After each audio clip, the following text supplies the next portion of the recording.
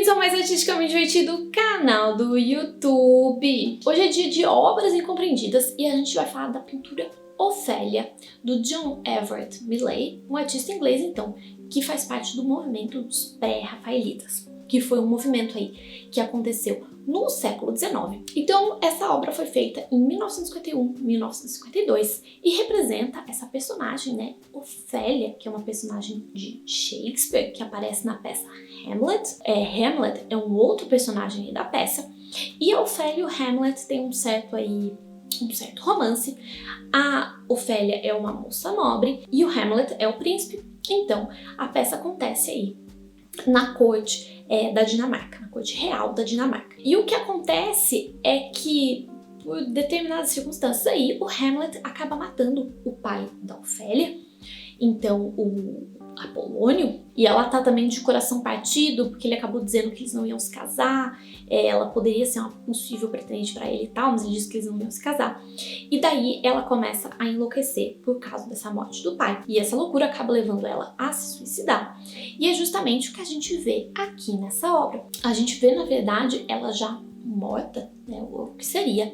Ela tá aí, então, jogada na água, com um monte de flores ao redor dela e com seu vestido aí boiando. Inicialmente, parece até que ela tá só aí flutuando, sei lá, não parece realmente que ela tá morta, porque é uma representação muito delicada, que tem um quê aí de melancolia, mas ela parece também uma ninfa, né? Tem toda essa delicadeza, toda essa idealização dessa personagem que está morta. E esse olhar vago dela poderia representar aí justamente o momento que ela morre, então que a vida sai aí do corpo dela, né? Se a gente olha bem o olho dela, o rosto dela, você pode até entender que ela tá morta, mas se você não souber a história, talvez você nem perceba que ela tá morta. Então é algo aí muito sutil e muito idealizado. E essa cena, então, da Ofélia, né, esse suicídio da Ofélia, foi muito comum na era vitoriana, que tinha toda essa melancolia, aí era bastante comum essas obras, e ela foi também muito representada justamente pelos pré-rafaelitas, dos quais o Millais faz parte. Os pré-rafaelitas representavam muitas vezes mulheres, e muitas vezes mulheres bastante misteriosas, parecendo ninfas, deusas, etc. Então aqui ela lembra aí como se fosse talvez uma ninfa da água, uma coisa assim, tem uma lembrança disso, apesar de não ser nada disso, ela está imorta. Essa personagem trágica, né, era muito comum nessa época, nessa era vitoriana. Esse tipo de personagem, né, trágico, melancólico e tal. E quando ela se suicida, ela se lança aí ao rio cantando músicas antigas e tal, realmente como se fosse uma ninfa, uma sereia, um rolê assim. E é o que está representado aqui. É interessante a gente notar que a natureza representada pelo artista aqui nessa obra foi representado com muita precisão. Essa é uma característica do início da carreira do Millais, que ele representava as coisas de maneira muito precisa. Então, elementos da natureza, por exemplo. Então, ele representava realmente aquela flor realmente como é aquela flor, um cuidado que ele tinha. Com o passar da carreira, que ele acaba tendo que fazer mais obras aí para sustentar a família dele, esse cuidado, essa precisão acaba diminuindo um pouco, mas nessa obra que é do início da carreira a gente ainda vê isso. E essas flores que também estão aí representadas de maneira muito exata, né, quanto à botânica, elas têm significados que têm a ver com a história da Ofélia.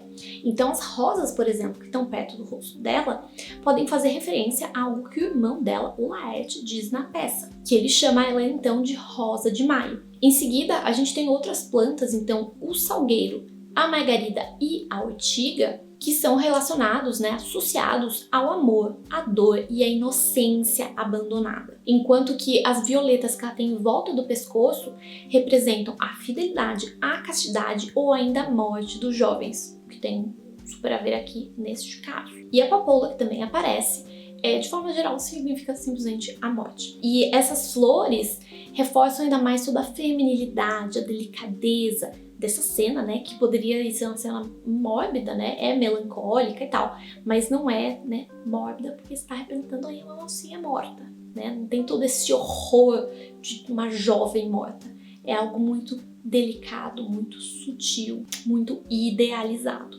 E por último, ainda é interessante a gente falar da modelo que serviu para essa obra, que foi então a Elizabeth Siddal, que foi uma modelo muito requisitada aí pelos pré-rafaelitas. Ela até se casou com um deles, o Dante Gabriel Rossetti, e ela, por sua vez, também acaba se suicidando. Assim como essa personagem que ela representa aí. Ela ficou doente, fala-se de várias doenças diferentes, perdeu um filho, e é muito possível que ela tenha se suicidado. Alguns falam de morte natural, né? Outros falam aí de suicídio. Talvez o marido dela tenha encontrado um bilhete aí de suicídio. Então, uma história bastante parecida, de certa forma, né, com a da personagem que ela representou aí nessa pintura. E daí ela tomou aí uma overdose de láudano, que era um negócio pra, tipo, fazer dormir, passar dor e tal. E acabou aí morrendo, com somente 32 anos. E ela era também artista, né, pintora e também poeta. Mas, infelizmente, ela é muito menos conhecida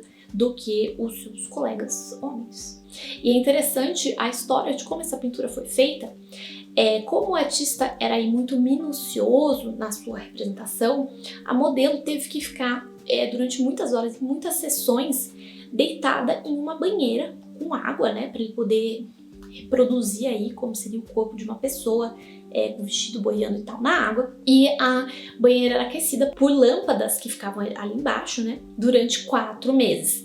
E em um dia aí da sessão de pintura, né, as lâmpadas apagaram, a água ficou gelada e ela ficou doente. E o pai dela ficou muito bravo e só sossegou quando o artista concordou em pagar as despesas médicas dela, porque, né, foi ali ela sendo modelo para essa pintura que ela ficou doente. Mas no final ela ficou bem e tudo ok. E mais tarde ela casa aí com o Rossetti. Então é isso, espero que vocês tenham gostado desse vídeo. Se tiverem outras obras sobre as quais vocês gostariam que eu falasse, deixa aqui nos comentários. Então é isso, beijinhos e até a próxima!